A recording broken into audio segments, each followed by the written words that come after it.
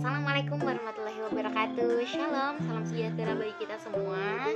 Om Swastiastu, Namo Buddhaya, dan salam kebajikan. Kami dari kelompok 5 ingin mempresentasikan hasil dari diskusi kelompok kami tentang legal liability atau kewajiban yang legal.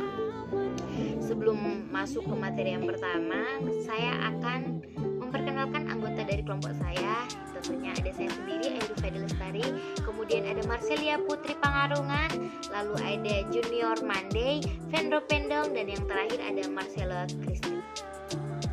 Oke, kewajiban hukum atau hukum yang legal bagi seorang auditor adalah sebuah tanggung jawab atas setiap aspek tugasnya, sehingga jika memang terjadi kesalahan yang diakibatkan oleh kelalaian pihak auditor, maka akuntan publik dapat dimintai pertanggungjawaban secara hukum sebagai bentuk kewajiban hukum auditor. Lingkungan hukum yang berubah. Menurut common law, profesional audit memiliki tanggung jawab untuk memenuhi kontrak tersirat atau tersurat dengan klien. Jika auditor gagal untuk menyediakan layanan atau tidak berhati-hati dalam kinerja mereka, maka mereka bertanggung jawab untuk klien mereka atas kelalaian tersebut. Berikut faktor-faktor yang termasuk konduktor utamanya. Yang pertama, menumbuhkan kesadaran akan tanggung jawab akuntan publik oleh pengguna laporan keuangan. Kemudian ada peningkatan kesadaran dari Komisi Sekuritas dan Bursen atau SEC atas tanggung jawabnya untuk melindungi kepentingan investor. Kemudian ada kompleksitas fungsi audit dan akuntansi yang disebabkan oleh semakin meningkatnya ukuran bisnis, globalisasi bisnis, dan kompleksitas bisnis operasi. Membedakan kegagalan bisnis, kegagalan audit, dan risiko audit. Banyak profesional akuntansi dan hukum percaya bahwa penyebab utama tuntutan hukum terhadap perusahaan CPA adalah kurangnya pemahaman penggunaan laporan keuangan tentang dua konsep. Yang pertama adalah perbedaan antara kegagalan bisnis dan kegagalan audit. Yang kedua ada perbedaan antara kegagalan audit dan risiko audit. Kegagalan bisnis terjadi ketika bisnis tidak mampu membayar kembali pemberi pinjaman atau memenuhi ekspektasi investornya karena kondisi ekonomi atau bisnis seperti keputusan manajemen yang buruk atau persaingan tak terduga dalam industri. Kegagalan audit terjadi ketika auditor mengeluarkan opini audit yang tidak benar karena hal tersebut gagal memenuhi persyaratan standar auditing. Selanjutnya, konsep hukum yang mempengaruhi kewajiban. CPA bertanggung jawab atas setiap aspek pekerjaan akuntan publiknya, termasuk audit, pajak, jasa penasihat manajemen, dan akuntansi pembukuan jasa. Kami memeriksa beberapa konsep hukum yang berkaitan dengan tuntutan hukum yang melibatkan CPA. 4 sumber tanggung jawab hukum auditor. Pertama, tanggung jawab kepada klien. Kedua, tanggung jawab kepada pihak ketiga berdasarkan hukum umum. Yang ketiga, tanggung jawab perdata di bawah Undang-Undang Sekuritas Federal. Dan yang keempat, tanggung jawab pidana. Selanjutnya, kewajiban kepada klien. Sumber tuntunan hukum yang paling umum terhadap CPA adalah dari klien. Setelannya bervariasi secara luas, termasuk klaim seperti kegagalan untuk menyelesaikan perkaitan non-audit pada tanggal yang disepakati, penarikan yang tidak tepat dari audit, kegagalan untuk menemukan penggelapan atau pencurian aset, dan pelanggaran persyaratan kerahasiaan CPA. Pembelaan yang dapat diajukan oleh auditor antara lain: pertama, tidak ada kewajiban melaksanakan jasa. Yang kedua, tidak ada kelalaian dalam pelaksanaan kerja. Yang ketiga, kelalaian kontribusi. Dan yang keempat, ketiadaan hubungan timbal balik. Tanggung jawab kepada pihak ketiga berdasarkan hukum umum. Selain dituntut oleh klien, CPA mungkin bertanggung jawab pada pihak ketiga berdasarkan kesamaan hukum.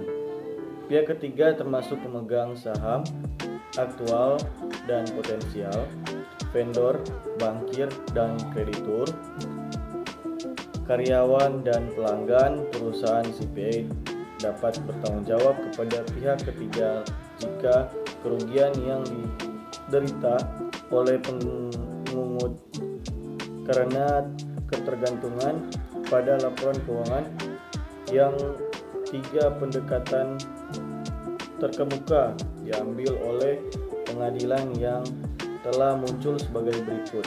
Yang pertama ada Credit Alliance, kedua ada Restatements of Torts, yang ketiga ada pemakai yang dapat diketahui lebih dahulu, dan kita masuk kepada tanggung jawab sipil berdasarkan Undang-Undang Sekuritas Federal. Oke, kita masuk selanjutnya. J. Tanggung jawab pidana. Cara keempat, CPA dapat dimintai pertanggungjawaban adalah di bawah tanggung jawab pidana. Untuk angkutan, CPA dapat dinyatakan bersalah atas tindakan kriminal berdasarkan Undang-Undang Federal dan negara di bagian.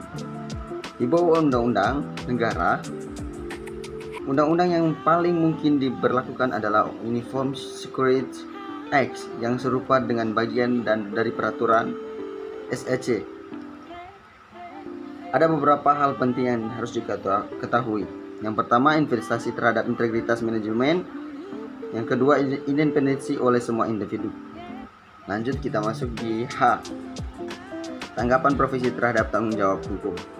AICPA dan profesi secara keseluruhan dapat melakukan sejumlah hal untuk mengurangi praktik-praktik pemaparan hukum terhadap tuntutan hukum, yaitu mencari perlindungan dan litigasi, dan kedua tingkatan audit untuk memenuhi kebutuhan pengguna dengan lebih baik, dan yang ketiga mendidik pengguna tentang batasan audit.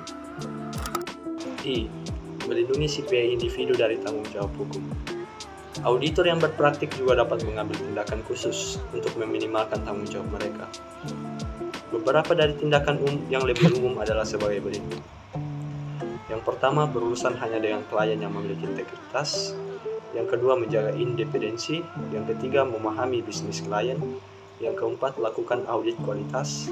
Yang kelima, mendokumentasikan pekerjaan dengan baik. Yang keenam, latihan skeptisisme profesional.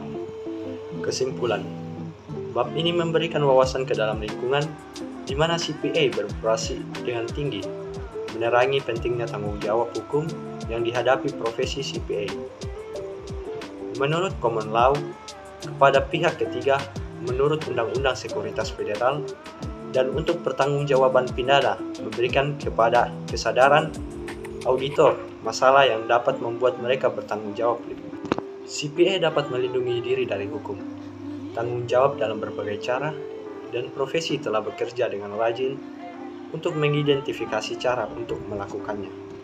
Membantu CPA mengurangi potensi paparan profesi, itu perlu untuk profesi dan masyarakat untuk menentukan trade-off yang wajar antara tingkat tanggung jawab CPA, Kongres, SEC, dan pengadilan.